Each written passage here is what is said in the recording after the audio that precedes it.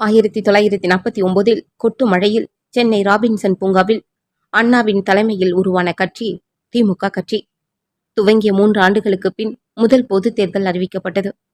அமைப்பு ரீதியாக வளர்ந்திருந்த போதிலும் தேர்தலில் பங்கெடுப்பதில்லை என வாக் அவுட் செய்தது திமுக.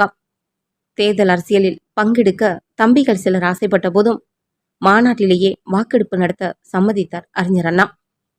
தேர்தல் அரசியல் செய்வதற்கான சாதகமான சூழ்நிலையை தந்தது வாக்குப்பட்டி.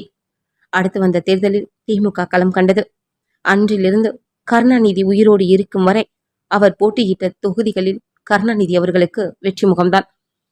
1957 சட்டமன்ற தேர்தல் திமுகவுக்கு மட்டுமல்ல, கருணாநிதிக்கும் இதுதான் முதல் தேர்தல்.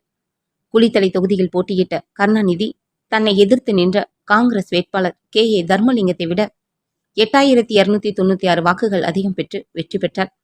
முதன்முறையாக 15 உறுப்பினர்களுடன் சட்டமன்றத்திற்குள் காலடி வைத்தது திமுக. இந்த தேர்தலில் காங்கிரஸ் வெற்றி பெற்று காமராஜர் தமிழக முதல்வரானார். 1962 சட்டமன்ற தேர்தல் காங்கிரஸ் மீண்டும் வெற்றி பெற்ற தேர்தல். திமுக முன்பை விட கூடுதல் இடங்களில், அதாவது 50 இடங்களில் வெற்றி பெற்று காங்கிரசுக்கு அச்சத்தை கொடுத்தது. ஆனால் முந்தைய தேர்தலில் வென்றெடுத்த 15 தொகுதிகளை காங்கிரசிடம் திமுக இழந்திருந்தது. இந்த தேர்தலில் தஞ்சாவூர் தொகுதியில் நின்றார் கருணாநிதி. 32,145 வாக்குகள் பெற்று வெற்றி பெற்றார். அவரை எதிர்த்து நின்ற பரிசுத்த நாடார் 1928 வாக்குகள் வித்தியாசத்தில் கருணாநிதியிடம் தோல்வியை தழுவினார்.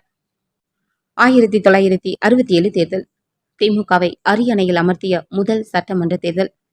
ஆச்சாரியா, குல்லுக்கப்பட்டர் என கடந்த காலங்களில் திமுகவால் கடும் விமர்சனத்துக்குள்ளான ராஜாஜி காங்கிரசுடன் முரண்பட்டு அதிலிருந்து வெளியேறினார். அவர் துவங்கிய சுதந்திரா கட்சியுடன் இத்தேர்தலில் திமுக கூட்டணி வைத்தது அரசியல் அதிர்ச்சி. திமுக அணியில் மேலும் முஸ்லீம் லீக் கட்சி, நாம் தமிழர், தமிழரசு கழகம், ஃபார்வர்டு பிளாக் ஆகிய தோழமையாக களத்தில் நின்றன. அண்ணா அமைத்த இந்த சாதுரிய கூட்டணி தமிழகத்தில் பெரும் வெற்றி கண்டது. ஆளும் கட்சியான காங்கிரஸ் இந்த தேர்தலில் படுதோல்வியை சந்தித்தது. திண்டிவனம் தவிர்த்து போட்டியிட்ட 233 தொகுதிகளில் 138 இடங்களில் வென்று திமுக முதன்முறையாக அரியணை ஏறியது.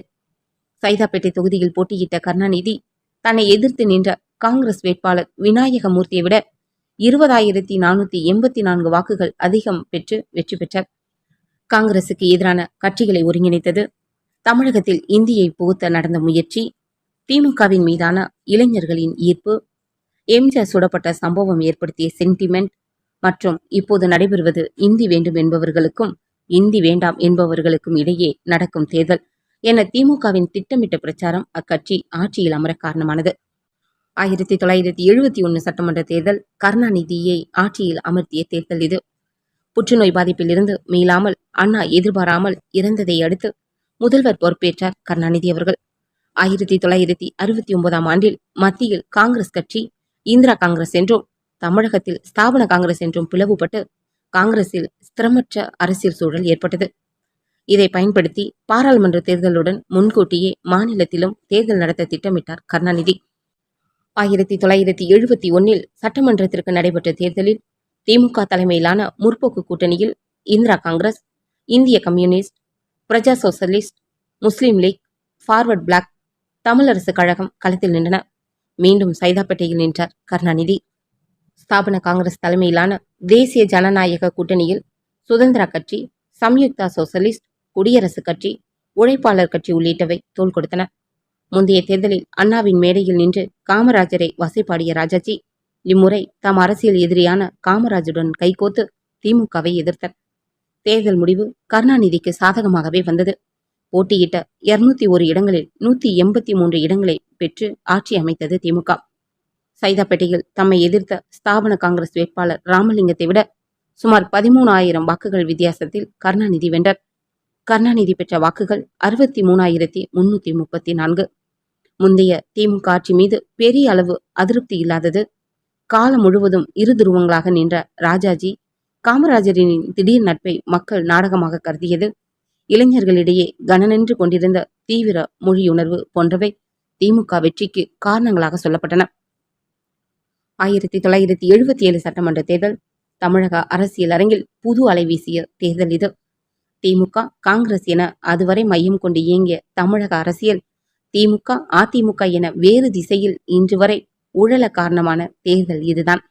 ஆம், திமுகவில் கருணாநிதி, எம்ஜிஆர் இடையே ஏற்பட்ட கருத்து வேறுபாடு எம்ஜிஆர் கட்சியை விட்டு வெளியேற்றும் வரை சென்றது. அதிமுக என்ற கட்சியை உருவாக்கி பெரும்பான்மை தொண்டர்களால் பலமான எதிர்ப்பை கருணாநிதிக்கு தந்தார் எம்ஜிஆர் அவர்கள். 1973ஆம் ஆண்டு திண்டுக்கல் பாராளுமன்ற தொகுதியில் முதல் களம் கண்ட அதிமுக அதில் வெற்றியும் பெற்று மகிழ்ச்சியில் இருந்தது.